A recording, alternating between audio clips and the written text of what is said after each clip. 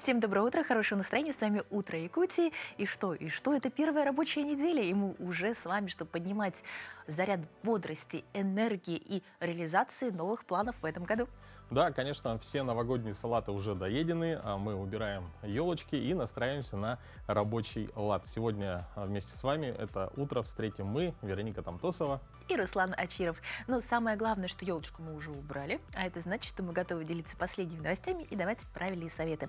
Вот, например, что произошло за последние выходные.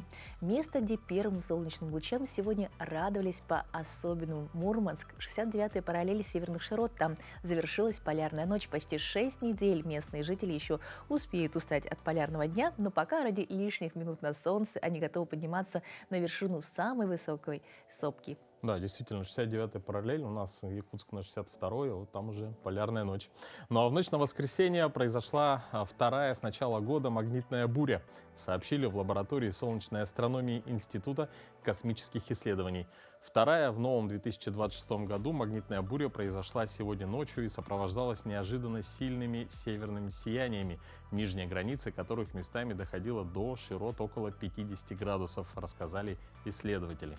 По их данным, пик сияния продолжается с часа до 3 часов ночи по московскому времени, достигал максимального уровня интенсивности. Но вот как ты считаешь, вообще магнитные бури на тебя влияют?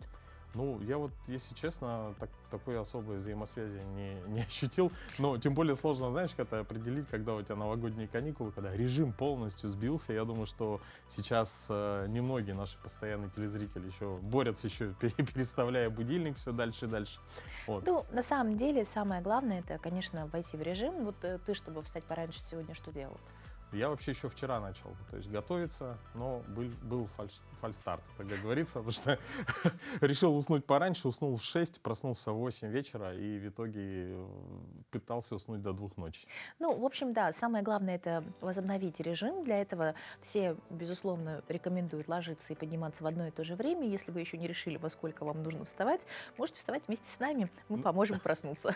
Ну, а, кстати, что касается Якутска, я думаю, понедельнику рады учащиеся с 1 по 8 классы, потому что сегодня актированный день, и в школу с 1 по 8 классы мы не идем. Ну, а прямо сейчас о погоде в других районах. В центральных районах сегодня минус 52, минус 45, в Заречной группе 50-34, ниже 0. В южных 44-36 градусов мороза, в Вилюйской группе 52-48 холода, в Нижнеленске минус 48, минус 46, в западных 47-39, ниже 0. В Колымо-Индигирской группе Улусов минус 41, минус 24, в Янске 46-43 градуса мороза, но на северо-западе минус 49, минус 39 градусов. В Якутске в 6 часов утра температура составила 47 градусов ниже 0.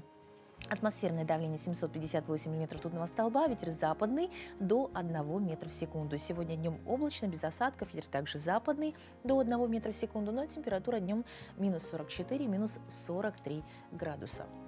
Ну, А как-то особенно морозно, да, было? Ну да, я утром вышел, и мне показалось, что такие, ну хоть и ветер по прогнозу 1 метр в секунду, но порывы были достаточно интересные, такие бодрящие. Вот будем надеяться, что сейчас с каждым днем у нас будет теплеть. Да уже завтра, друзья, уже завтра, ну, по крайней мере, в Якутске будет 30 градусов, ну, а потом уже, надеюсь, вот такие перепады, если честно, тоже благоприятно на состояние здоровья не влияет. Поделимся с вами завтра. Завтра поделимся, как мы перенесли резкую смену погоды. Ну а столицу России тем временем накрыла мощная снежная буря, принесшая с собой настоящий зимний апокалипсис. Мощный циклон, обрушившийся на город, превратил улицы и дворы в непроходимые снежные царства. Автомобили, припаркованные у домов, полностью исчезли под толстым слоем пушистого, но обманчиво тяжелого снега, превратившись в белые холмы. По прогнозам метеорологов, высота снежного покрова в отдельных районах может достигнуть исторических значений, измеряясь десятками сантиметров. Специалисты предупреждают не только о рекордных осадках, но и об опасных сопутствующих явлениях – метели, приводящие к нулевой видимости, сильном порывистом ветре и гололедице, скрывающейся под свежевыпавшим снегом. Для многих горожан утро началось не с привычных ритуалов, а с изнурительной работы по расчистке своих машин и дворовых территорий. Лопата стала главным инструментом. Общественный транспорт работает с серьезными перебоями, а тем, кто все-таки решился на поездку, приходится проявлять недюжинное терпение и мастерство вождения. Этот масштабный снегопад, ставший одним из самых сильных за последние годы, наглядно продемонстрировал, как стихия в мгновение ока может изменить ритм жизни мегаполиса, вернув в город ощущение суровой, но по-своему величественной зимней сказки. Ну, вот знаешь, как-то без такой зимней сказки можно и обойтись. Ну да, снега должно быть в меру, да? Да, все должно быть в меру. И очень печально, что и на Владивосток обрушилась мощная метель с порывами ветра, достигающими скорости более 25 метров в секунду. За короткий период в городе выпала месячная норма снега, что в сочетании с ураганным ветром и гололедицей привело к сложным условиям. Видимость значительно снизилась, движение автомобилей было затруднено. Для ликвидации последствий непогоды были задействованы сотни единиц специальной техники. Властями было объявлено штормовое предупреждение. Ну, действительно, тогда иногда думаю, что хорошо, что у нас резко континентальный климат и таких вот прям сильных, ну, катаклизмов Ну, как-то обходит. представляешь, с нашими морозами в сочетании вот с такой видимостью мы, наверное, бы просто остались дома. Не, ну в целом я думаю, что все хорошо, что в Якутске, например, да, зимой выпадает сравнительно малое количество снега. То представьте, если бы утро начиналось бы с того, что нужно было бы сначала откопать Наташу, и как бы странно это ни звучало, потом ее сложить и уже только после этого выдвинуться на работу. Ну, кстати, нужно быть внимательными, уважаемые жители. Не забывайте о том, что у нас тоже достаточно критичные температуры, поэтому были специальные объявления о изменении транспорта. То есть у нас были изменения в графике, по-моему, межгородских и межрайонных автобусах, поэтому тоже будьте внимательны, следите за новостями, потому что это тоже важно, чтобы не стоять на остановках.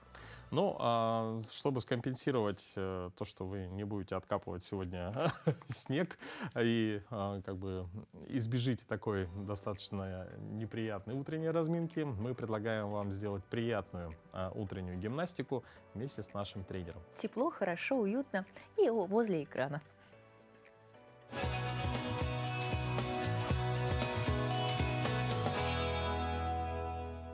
Доброе утро, меня зовут Виктория Чиннова, и я сертифицированный тренер по йоге. Сейчас мы с вами сделаем разминку, которая у нас будет действовать на пресс и на наши ноги. И первое упражнение: мы подходим к краю коврика, правой ножкой мы отшагиваем назад, регулируем угол 90 градусов, поднимаем ручки вверх, вдох, с выдохом опускаемся вниз к левой ноге, задняя ножка становится сильной. Ручки соединяем сзади в замочек, оттягиваем назад, вдох, подтягиваемся вперед, с выдохом опускаемся к левому колену. Оттягиваем ручки назад, поднимаемся вверх, вдох, с выдохом, поза воина второго. Левое колено в угол 90 градусов, правая ножка заворачивается вовнутрь параллельно коврику. Поднимаем ручки вверх, вдох. И с выдохом как будто держим большой-большой купол. Наклоняемся к левой ноге, вдох. С выдохом поднимаемся вперед. То же самое делаем на другую ножку. Подходим к краю коврика. Левой ножкой отшагиваем назад. Правая ножка в угол 90 градусов встает. Поднимаем ручки вверх, вдох. Вытягиваемся. Вытягиваем позвоночник вверх. Ручки подтягиваем вперед. Задняя ножка становится сильной. Затем ручки в замочек назад. Оттягиваем замочек, вдох. С выдохом опускаемся к правому колену, голову опускаем вниз. За замочком вытягиваем ручки вверх, вдох. С выдохом снова поднимаемся назад. Из этого положения поза воина 2. Левая ножка задняя параллельно коврику, правая под углом 90 градусов. Поднимаем ручки вверх, таз вытягиваем вперед. Держим как будто бы большой купол, с выдохом. Наклон к правой ноге, вдох. Выдох. И заканчивая упражнение, возвращаем ножки к центру. Следующая позиция – балансовая поза дерева. Встаем мы ровно в тадасану, включаем икры, бедра, подкручиваем таз. Поднимаем правую ножку вверх к левому бедру. Правой ножкой толкаем в левое бедро и наоборот создаем сопротивление. Левой ножкой стоим хорошо, фиксируясь. Поднимаем ручки вверх, также вдох. Таз немножечко вперед. С выдохом опускаем ручки в намасте перед собой. И начинаем поднимать правую ножку над землей и вытягивать правую ножку назад. Пяточкой толкаем невидимую стену, а ручками тянемся вперед. Вдох, с выдохом возвращаемся на место. Поменяем ножку. То же самое с левой ногой. Левая нога к правому бедру. Поднимаем ручки вверх. Вдох, вытягиваем позвоночник. Выдох. Отпускаем левую ножку. Ручки вытягиваются вперед. Левая ножка тянется назад. Пяткой толкает невидимую стену. Голова вытягивается за макушку вперед. И возвращаемся на место. И завершаем мы нашу зарядку скруткой лежа на полу. Ложимся на пол. Ложимся мы так, чтобы у нас ножки шли в угол 90 градусов, пяточка прижата к пяточке, пальчики ног к пальчикам ног. Левая ручка вытягивается по полу. Правой ручкой ложим сначала на левую ручку, и затем правой ручкой, разворачиваясь ручкой, поворачиваемся в правую сторону и поворачиваем голову в правую сторону дальше и притягиваемся правым плечом к полу. Коленки соединены, пальчики ног, пяточки соединены. Также поднимаем ручку вверх, возвращаемся в исходное положение. То же самое мы делаем и на другую сторону. Обе ножки прижаты друг к другу, пяточки ног и коленки. Ложимся на правый бок, правая ручка, левая ручка. Угол 90 градусов соблюдаем. Левая ручка теперь по полу вытягивается у нас в левую сторону, и головой мы, вытягиваясь, смотрим в левую сторону, прижимая левое плечо к полу. Правая ручка отталкивается у нас от пола назад. Вдох и выдох. Возвращаемся также в исходное положение. Отлично. На этом наше занятие сегодня подходит к концу. Увидимся в следующей программе. Ну а мы желаем всем доброго утра, всем, кто к нам присоединился. Это «Утро Якутии» на телеканале Якутия-24, НВК Саха. И на очереди у нас новости, которые произошли к этому часу.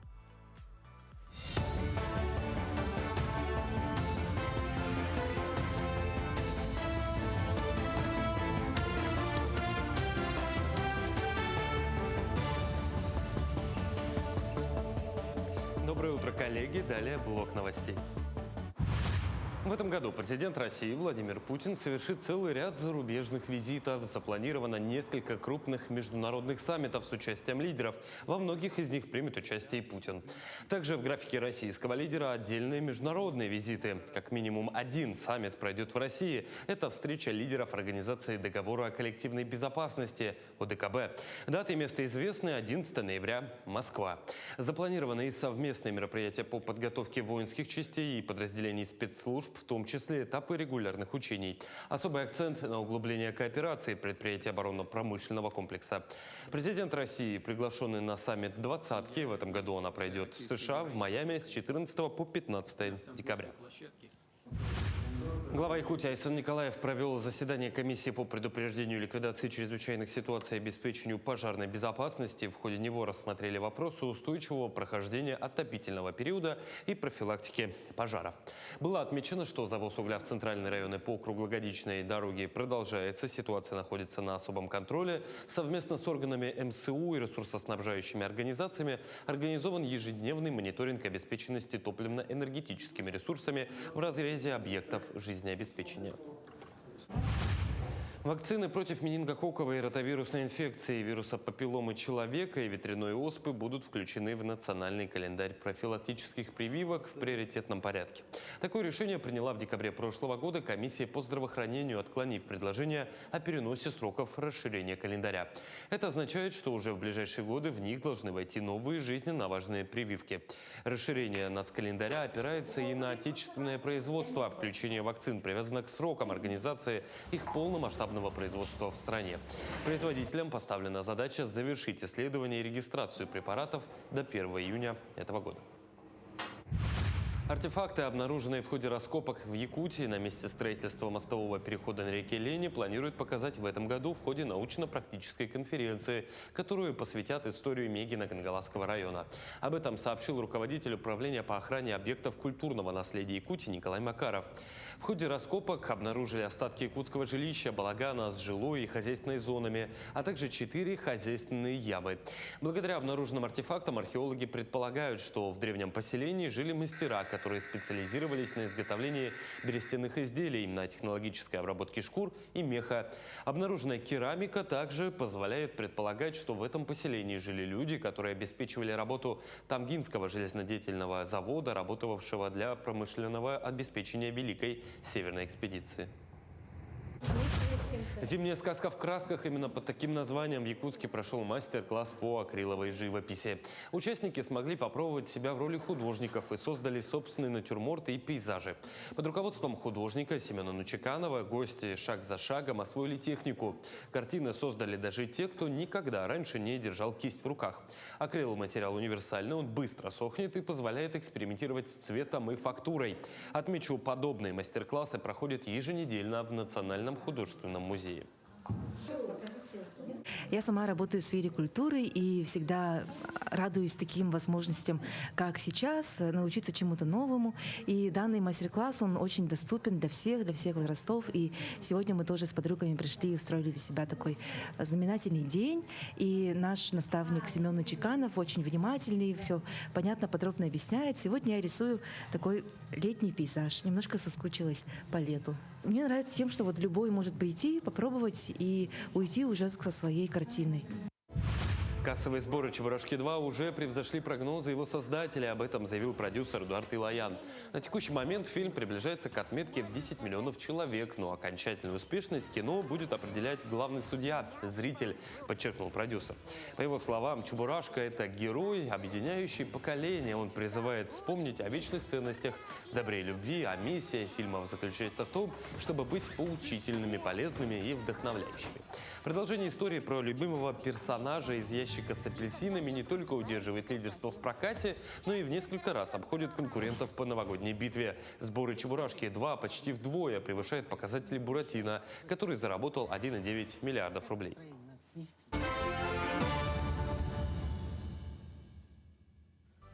Ну что, поэтапно просыпаемся, мы уже сделали зарядку, узнали последние новости, ну а теперь мы познакомим вас с тем, какие знаменательные даты и события произошли сегодня, 12 января. На календаре 12 января.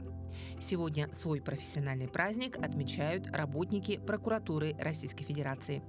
По народному календарю Анисин день. На Руси его также прозвали «желудочницей», поскольку по древнему обычаю в ее день резали свиней и варили требухов, в том числе желудки. А прежде чем употребить внутренности в пищу, их использовали для гадания. Считалось, что если селезенка свиней ровная и гладкая, то зима будет суровая. А если желудок оказался пустым, холода продлятся долго. Этот день в истории. В 1820 году, 12 января, в Англии основано Королевское астрономическое общество. А в 1936 году в этот день основано добровольное спортивное общество «Локомотив». А в Париже в 1998 году в этот день подписан протокол о запрете клонирования человека. В этот день родились Шарль Перро, французский писатель, сказочник, поэт и критик. Иоганн Песталоцци, швейцарский педагог. Михаил Спиранский, российский государственный деятель, реформатор. Джек Лондон, американский писатель, автор приключенческой литературы. В этот день также увидели свет Игорь Курчатов, советский физик, академик, Сергей Королев, советский ученый, основоположник практической космонавтики. Раймонд Паулс, советский, латвийский композитор, пианист, дирижер, политический деятель. Владимир Мулявин, советский белорусский музыкант, композитор. И Харуки Мураками, японский писатель и переводчик. Именины сегодня у Якова, Марии, Иосифа, Макара, Ирины, Льва и Давида. Сегодня в Якутске стартует главное событие для молодых исследователей республики – юбилейная конференция-конкурс «Шаг в будущее». 3 десятилетия – целая эпоха, за которую выросло не одно поколение ученых и инженеров. О том, как программа объединила науку, вузы и школы, и какое будущее ее ждет, мы поговорим сегодня с нашими гостями. У нас в студии Михаил Михайлович Черосов, руководитель флагманского головного координационного центра по республике Саха-Якутия, и Михаил Юрьевич Присяжный, первый заместитель министра образования и науки. Доброе утро. Доброе утро. Здравствуйте. Михаил Михайлович, совет программы «Шаг в будущее» сформировался тоже 30 лет назад. И, конечно, можно уже говорить об истории движения в Якутии. Что вы можете рассказать как секретарь Совета и руководитель Головного центра по республике по взаимодействию науки, высшего образования республики и федерального центра со школами за эти 30 лет? Ну, инициатива была от МПТУ имени Баумана. Так получилось, что в то время Национальный фонд возрождения Баргары Михаил Ефимович Николаев был и председатель фонда, и президентом республики. Они инициировали и сформировали первый состав совета, который возглавил в будущем академик Российской академии наук Ларионов Владимир Петрович, имя которого сейчас носит наша конференция. А, между прочим, наш головной центр, единственный по стране, носит имя Михаила Ефимовича Николаева, именной центр. Поэтому они это дело инициировали, и сразу в составе совета были и университет, и Российская академия наук, и многие такие общественные деятели. Поэтому сразу пошел такой уклон в сторону науки и высшего образования. Причем для нас это было немножко не свойственно, потому что наука, высшая школа, если высшая школа более-менее со школами контактирует, то Российская академия наук все-таки немножко, ну, не тот контингент возрастной, поэтому сразу оттуда все пошло. Изначально было четко поставлено именно вот этим интересом государственных органов власти, министерства, в то время было образование отдельно, еще был период, когда Министерство профобразования тоже было два, и они очень тесно все нам взаимодействуют. А сейчас у нас одно единое министерство, которое вот все под единой рукой, и школы, и среднее профтехобразование, и вузы, и наука. Поэтому в этом плане вот это взаимодействие сразу было поставлено 30 лет назад, и все так до сих пор идет. И, соответственно, сейчас эта программа в подведомственном учреждении Министерства Малой академии наук находится даже в госзадании. Это тоже очень важно. Михаил Юрьевич, программа «Шаг в будущее» можно назвать частно-государственным партнерством, да, которое сформировалось в Якутии. Как министерство относится к этому движению в целом?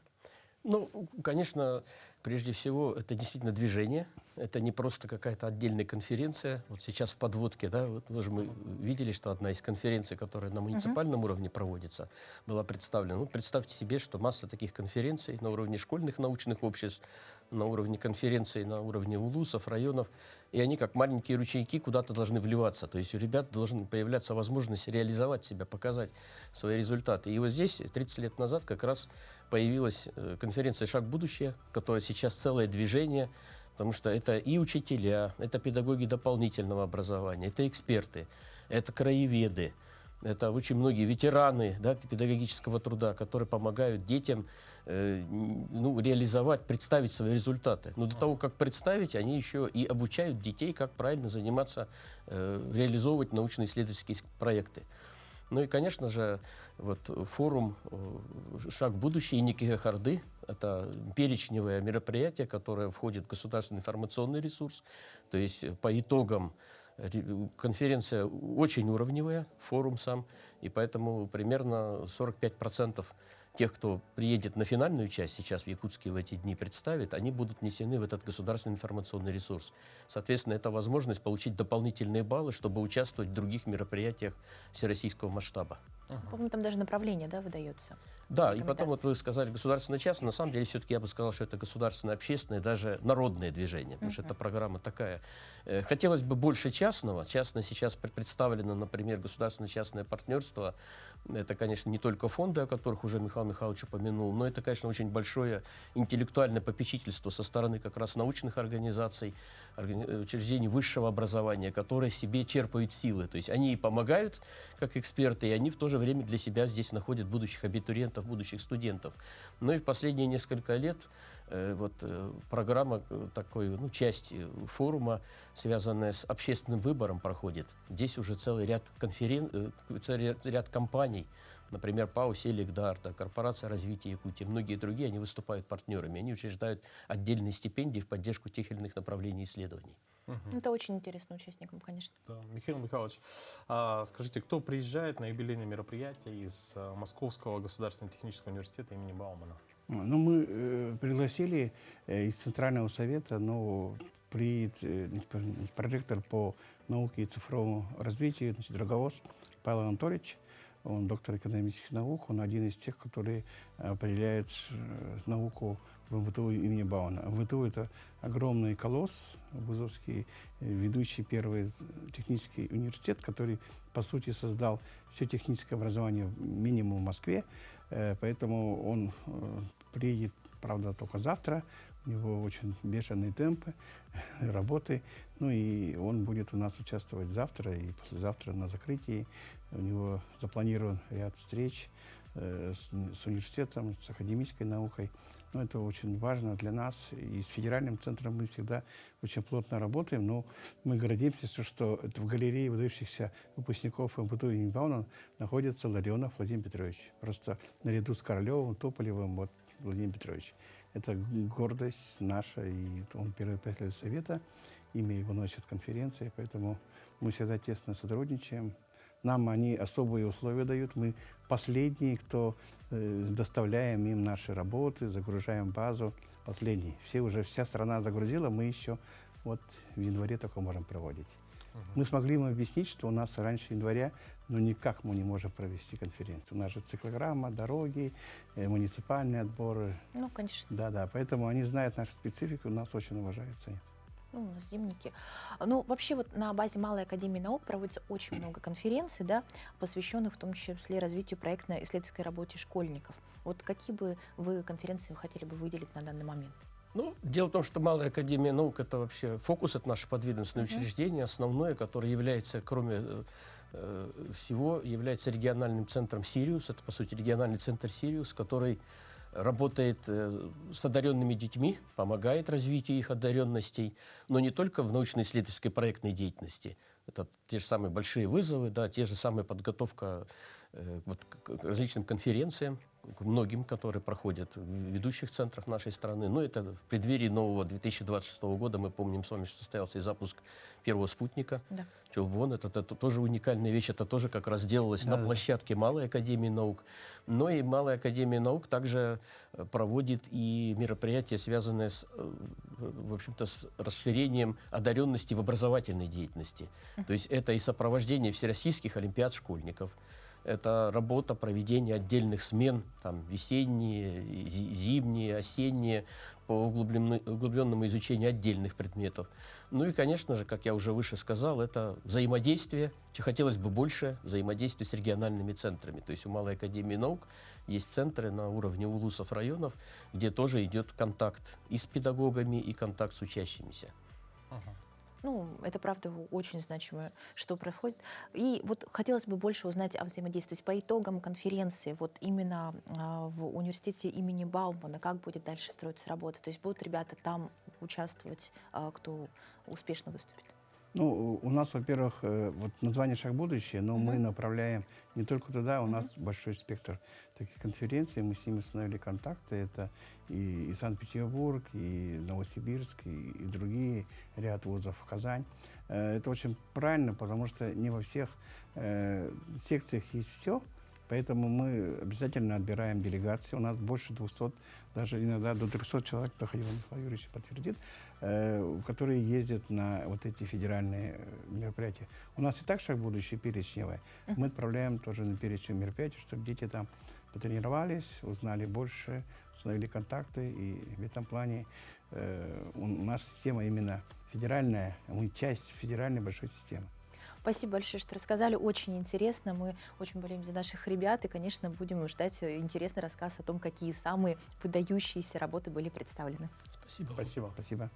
Но учение свет, а не учение тьма. И мы говорим сейчас даже не про обучение в образовательных учреждениях, а о получении информации и опыта уже во взрослой жизни. Знания, которые могут спасти ваши финансы. Особенно это актуально после расслабленных новогодних каникул. Напомню вам, как не стать жертвами мошенничества.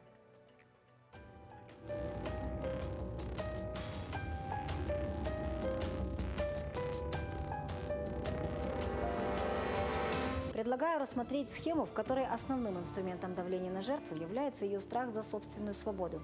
Это лжезвонки от МВД, прокуратуры, ФСБ. Сценарий прост. Вам звонят из органов и сообщают о проблеме, которая угрожает вам уголовным делом по тяжкой статье. Это могут быть новости о том, что ваша машина числится в угоне, либо о том, что вас обвиняют в связях с экстремизмом. При этом на экране вы можете видеть реальный номер госструктуры или человека в форме. Зачастую применяются угрозы и ультиматумы. Вам дается только час на принятие решения. Эта схема рассчитана на уважение к государственным структурам. Человек в испуге действует по указке того, кого считает представителем закона. Но настоящие органы никогда не решают вопросы по телефону и не просят перевести деньги.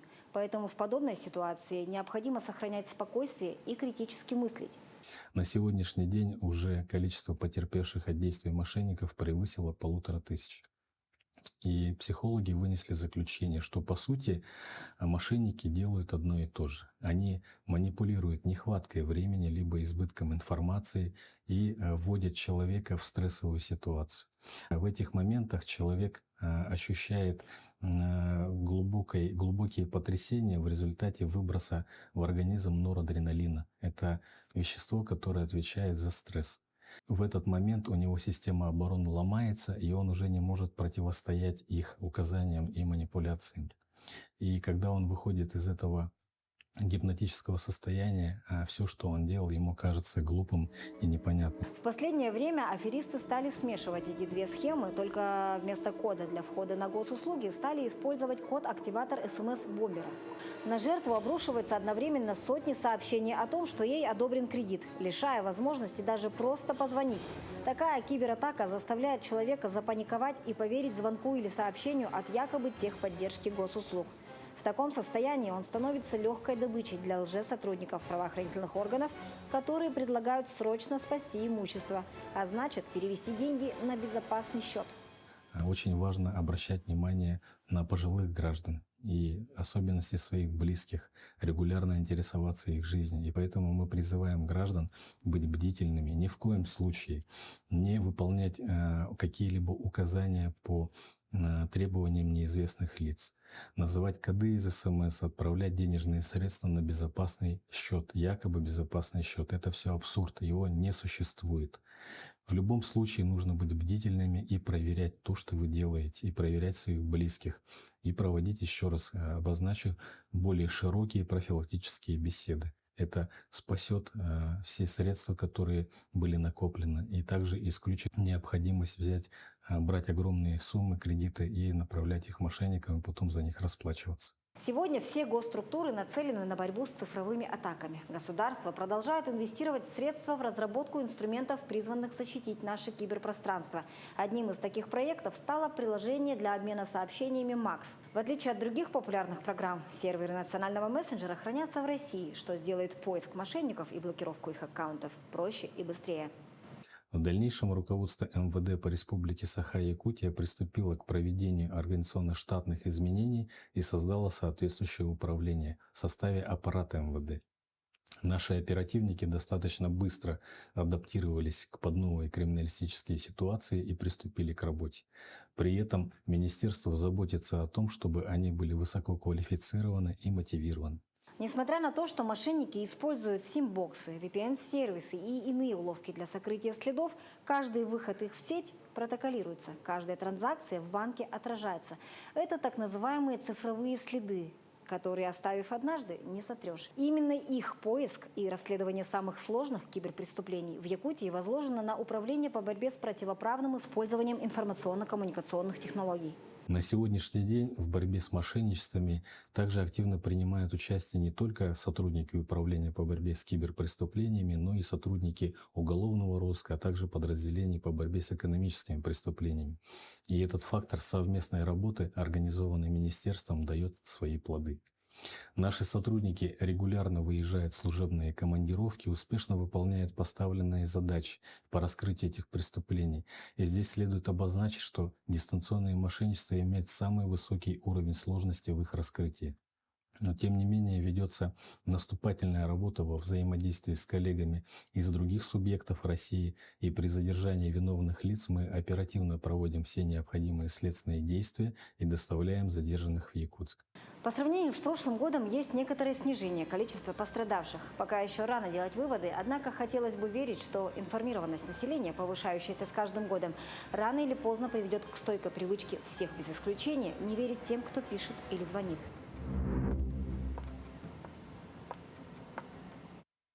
Способы мошенничества каждый раз совершенствуются, поэтому будьте внимательны, бдительны, не принимайте опрометчивых решений. Но зачастую мы хотим решить какие-то свои проблемы, и поэтому тоже становимся жертвами мошенников. Ну а как их решить законно и обоснованно, это в части финансовых проблем, может рассказать наша постоянная рубрика «Советы юриста». Сегодня рассмотрим банкротство физических лиц.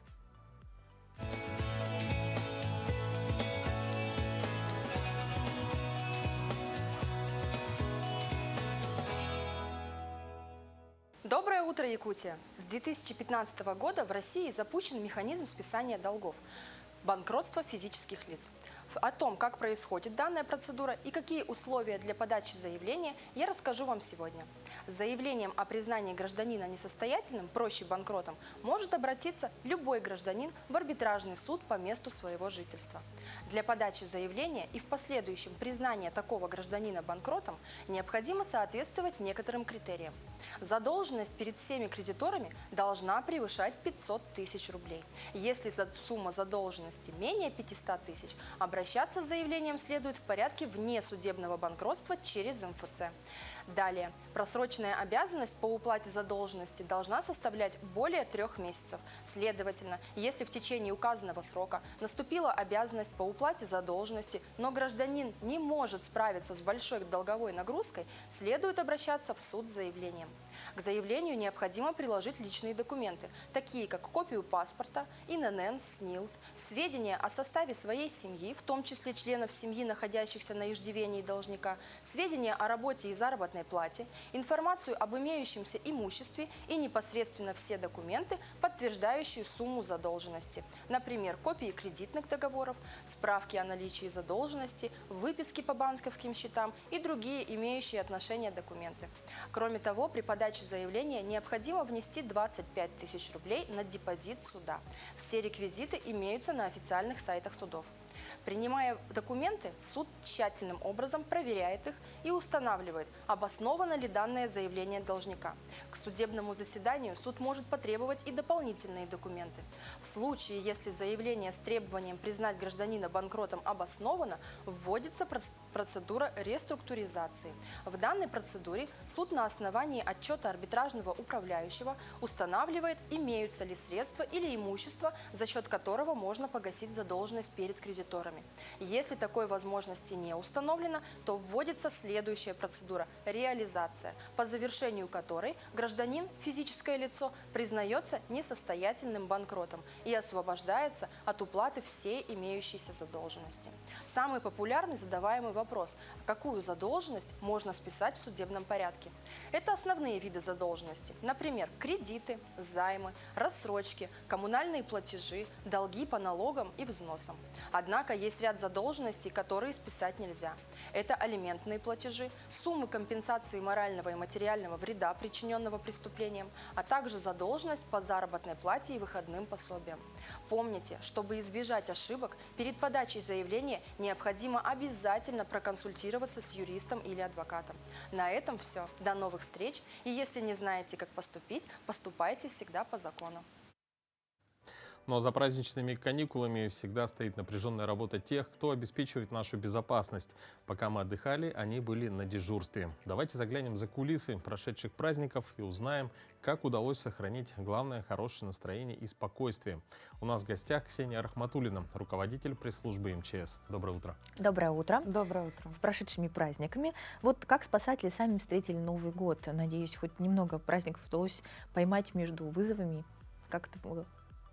Новогодние праздники для Якутской территориальной подсистемы РСЧС в целом прошла достаточно напряженно, потому что начиная с 30 декабря у нас пошла череда крупных пожаров, к сожалению, с гибелью, в том числе и детской гибелью и травмам. Если говорить о техногенных пожарах, в сравнении с прошлым годом у нас рост пожаров на 10%. И, к сожалению, в текущем году уже зафиксировано 6 погибших на техногенных пожарах. Если сравнивать с прошлым годом, это было всего лишь 2 человека. После серии крупных пожаров мы вошли в стадию, назовем так, отключения электроэнергии, отключения холодного водоснабжения, также подачи газа. В столице Якутска экстренные службы работали бесперебойно, также были задействованы наши оперативные группы. Непосредственно в места выезжали руководители любого звена, да, как наше руководство, так и администрация города, правительство республики. В ТИКСе у нас также в результате пожара котельной было отключение электроэнергии. К сожалению, ввиду погодных условий, то есть как у нас это происходит с северными районами, связь не всегда у нас достаточно быстро проходит. Тем не менее, обошлось без жертв крупных, конечно, на таких отключениях. В целом все праздники у нас прошли очень напряженно, но мы к этому готовы каждый год, поэтому ежегодно увеличивается число дежурств, постов. За текущие праздники у нас было 1600 мероприятий, на которых отработало порядка 3500 человек и 316 единиц техники. Это объекты с массовым пребыванием людей. И, к счастью, на объектах с массовым пребыванием людей у нас их порядка 1000. То есть не зафиксировано ни одного происшествия. Наверное, это вот самое главное в празднике, что ничего катастрофичного на таких объектах у нас не произошло. Ну, вот у обывателя создается впечатление, что вот новогодние праздники, самая основная причина возникновения пожаров, например, да, это неправильное использование фейерверков. Вот так ли это? И люди стали ли более ответственно относиться к этому достаточно опасному виду празднества?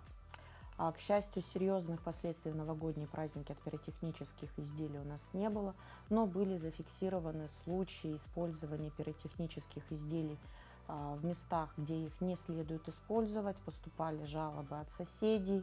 Мы регулярно напоминали, что в каждом, абсолютно каждом районе, населенном пункте были выделены администрациями специальные площадки, куда жители могли прийти и запускать, либо запускать их на пустырях, вдали от дорог, жилых домов и линий электропередач.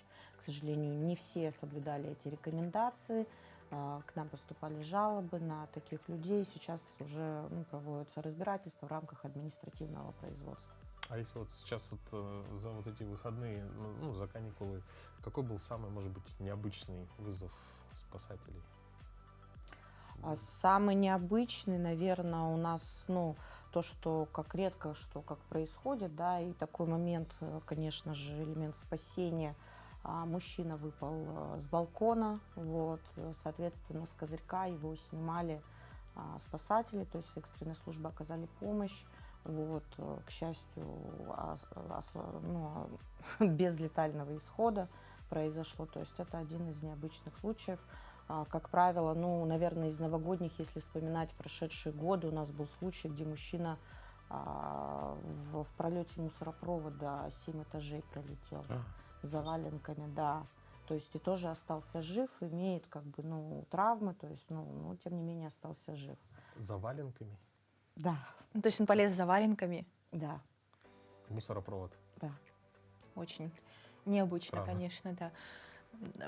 Какой наиболее такой действенный совет вы бы дали всем жителям нашей республики вот в праздники? Потому что впереди еще у нас все равно 23 февраля, еще какие-то праздники. Вот такой универсальный совет на проведение праздников безопасно. К сожалению, у нас способствующим гибели и травмам случаям, да, это, конечно, было чрезмерное использование алкоголесодержащих напитков. Поэтому в первую очередь, конечно же, при праздновании воздержаться от чрезмерного употребления, ни в коем случае не оставлять своих детей одних или же без присмотра, да, то есть если дети всегда должны быть под контролем взрослых и родителей, то есть это самое главное. Естественно, запомнить самим телефон вызова экстренных служб и сообщить его детям. Это самое простое, о чем мы можем говорить. Конечно, каждая ситуация, она уникальна. Это будь то выезд на природу, многие отправляются в районы, сейчас еще Старый Новый год нас ожидает, да? Многие предпочитают его встречать дома, то есть дальнюю дорогу собираясь, обязательно это нужно рассказать о своем маршруте родственников, каждый час делать отбивку, звонить, вот, с собой иметь, конечно же, запас медикаментов, продуктов, вот, и дополнительных средств связи, то есть это для тех, кто отправляется в маршрут. Если в быту кто-то отмечает у себя, иметь средства первичного пожаротушения, это огнетушители. Если есть возможность, конечно же, установить у себя ДПИ, мы неоднократно об этом говорим, что это значительно сокращает время, ну, скажем так, при поступлении сигнала, то есть человек быстрее ориентируется, когда на звук, особенно его дети быстро запоминают. То есть если говорить, что этот звук опасности, то есть нужно бежать, либо звать на помощь взрослых, старших. Вот, поэтому это все сокращает уже прибытие самих подразделений. ДПИ — это противопожарные. Да, это извещатели, которые монтируются у нас дома, вот, в местах общего пользования, как правило, это у нас кухня, коридоры, детские спальни, да, чтобы дети слышали звук в первую очередь. Вот, и, соответственно, это сокращает все время обнаружения пожара. Ну вот сейчас мы знаем, что идет такое достаточно сильное развитие. Вот, со временем вот какие-то, может быть, есть новинки, которые можно использовать в домашних условиях, допустим, в том числе в частных домах. Может, от вас есть какой-то совет, как от сотрудника МЧС? Ну, новинки у нас в частных домах, у нас как происходит достаточно частое отключение электроэнергии в различных условиях. Это может быть как авария непосредственно, да, то есть либо перехлёст линии электропередач при сильной ветровой нагрузке, или это в период лета, да, это, естественно, лесные пожары, то есть частый случай. Мы рекомендуем, тоже мало кто об этом знает, использовать пиростикеры, то есть в своих электрощитках. То есть при возникновении короткого замыкания, то есть когда происходит аварийный режим, не всегда даже срабатывает общая сеть, поэтому устанавливая туда, наклеивая пиростикер, он достаточно компактный, вот, он срабатывает на тепловую и дымовую нагрузку и, соответственно, уже подает огнетушащее, то есть вещество своеобразное, уже блокирует, то есть электропроводку в дальнейшем он следует просто заменить. То есть, вы уже готовы к тому, что что-то произошло не так. Потому что постоянное отключение, переключение электроэнергии, независимо от того, частный сектор, домашний, что повлияло причинами, это уже аварийный режим работы. Спасибо, Ксения. Спасибо большое за подробную информацию. Будем надеяться, что все-таки прислушаются, и в следующий раз вы нам расскажете, что статистика стала лучше. Спасибо. Но начало первой рабочей недели в новом 2026 году. Готовы распланировать ее так, чтобы все получилось? Помимо списка дел, есть еще один любопытный инструмент – гороскоп. Мы не призываем слепо ему следовать, но иногда советы звезд бывают очень вовремя. Давайте же узнаем, кому на этой неделе светит карьерный взлет, а кому романтическое приключение.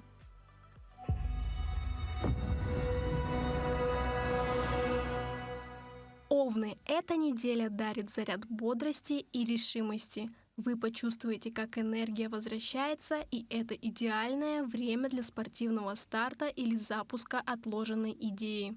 Ваша прямая коммуникация поможет легко решить данный вопрос. Тельцы, вас ждет приятное внимание и укрепление связей. Неделя благоприятна для теплых встреч, обсуждения совместных планов. Вы можете получить знак поддержки от Вселенной, небольшую, но радующую финансовую удачу или ценный подарок. Близнецы. Вас ждет творческий и интеллектуальный подъем. Появится вдохновение для нового проекта или хобби. Общение будет легким и плодотворным, а свежая идея, пришедшая в середине недели, может стать ключом к интересным возможностям. Раки. Неделя принесет чувство стабильности и уюта. Вы сможете красиво завершить домашние дела и создать комфортную атмосферу вокруг себя. В конце недели возможен душевный разговор, который укрепит доверие в важных для вас отношениях. Львы. Ваша уверенность и харизма на высоте. Это время, чтобы быть на виду, представлять свои идеи и знакомиться с интересными людьми. Вас ждет момент, когда ваши таланты будут замечены и оценены по достоинству. Не стесняйтесь сиять. Девы. Неделя способствует ясности и полезным диалогам. Вы легко разберетесь в бумагах, в планах или договоренностях. Короткая поездка или обучающий курс могут принести не только пользу, но и искреннее удовольствие от новых знаний. Весы. Вас ждет удачный период для оценки ресурсов и планирования бюджета. Вы сможете найти простой способ улучшить свое финансовое положение. Интуиция подскажет верное решение, а чутье на выгоду в эти дни будет особенно острым. Скорпионы. Вы в центре внимания, и это вам к лицу. Неделя благоприятна для важных переговоров, заключения соглашений или смелых заявлений о своих намерениях. Партнеры будут настроены на конструктив и готовы услышать вашу точку зрения. Стрельцы. Вас ждет гармоничный период для внутренней работы и отдыха. Это время подвести тихие итоги, восстановить силы и прислушаться к себе. Неожиданное озарение поможет расставить все по местам и наметить путь к цели с новым спокойствием. Козероги. Неделя принесет радость общения и новые приятные знакомства. Вас могут пригласить в интересную компанию или проект, где вы почувствуете себя своим. Дружеская поддержка или совет окажутся как нельзя кстати. Водолеи. Вас ждет карьерные перспективы и рост авторитета. Проявите инициативу, и ваши идеи найдут отклик. Возможно, получение благодарности, одобрение планов или знаков профессионального признания, которые порадуют и вдохновят. Рыбы. Вас ждет расширение горизонтов. Неделя благоприятна для планирования поездок, изучения нового и общения с людьми из других городов или культур. Вас посетит чувство свободы и вдохновения, которое подскажет свежие, оптимистичные идеи.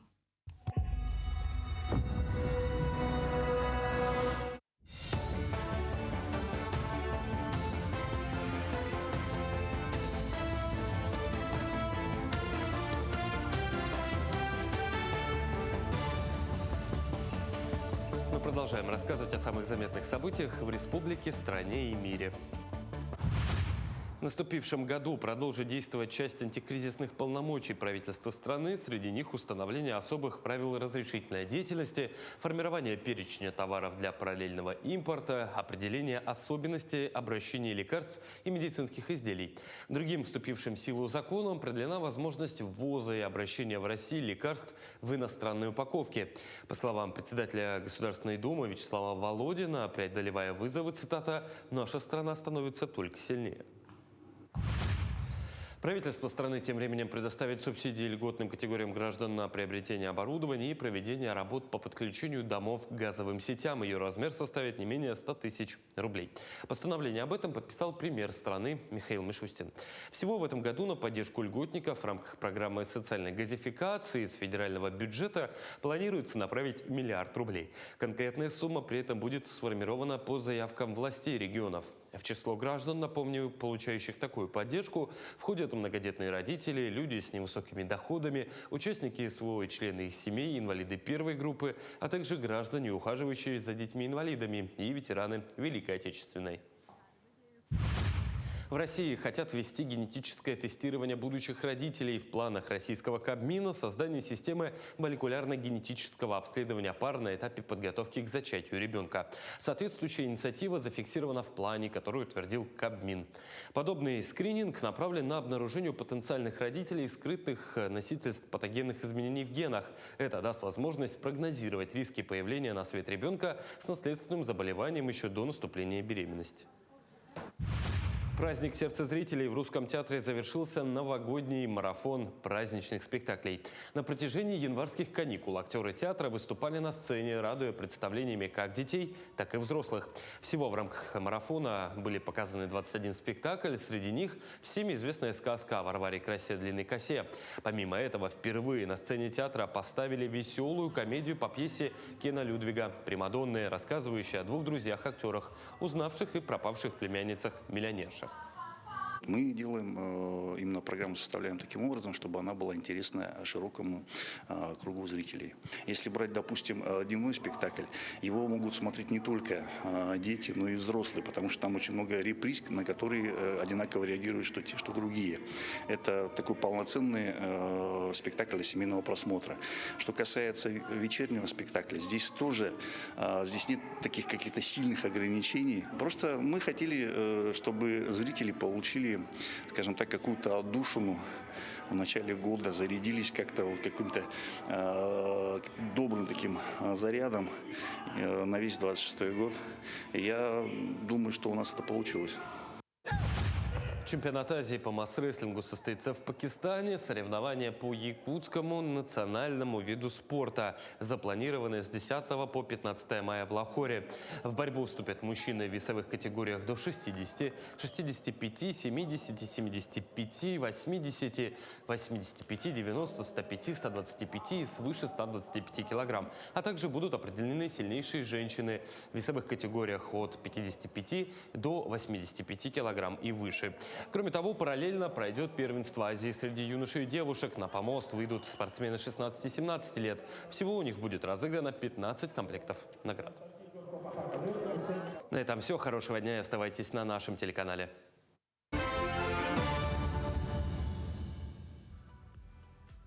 Всем хорошего понедельника, отличного настроения и до завтра. Увидимся с вами в это же время на телеканалах Якутия-24 и НВК Саха. Желаем вам бодрого, хорошего утра и поздравляем с началом новой рабочей недели.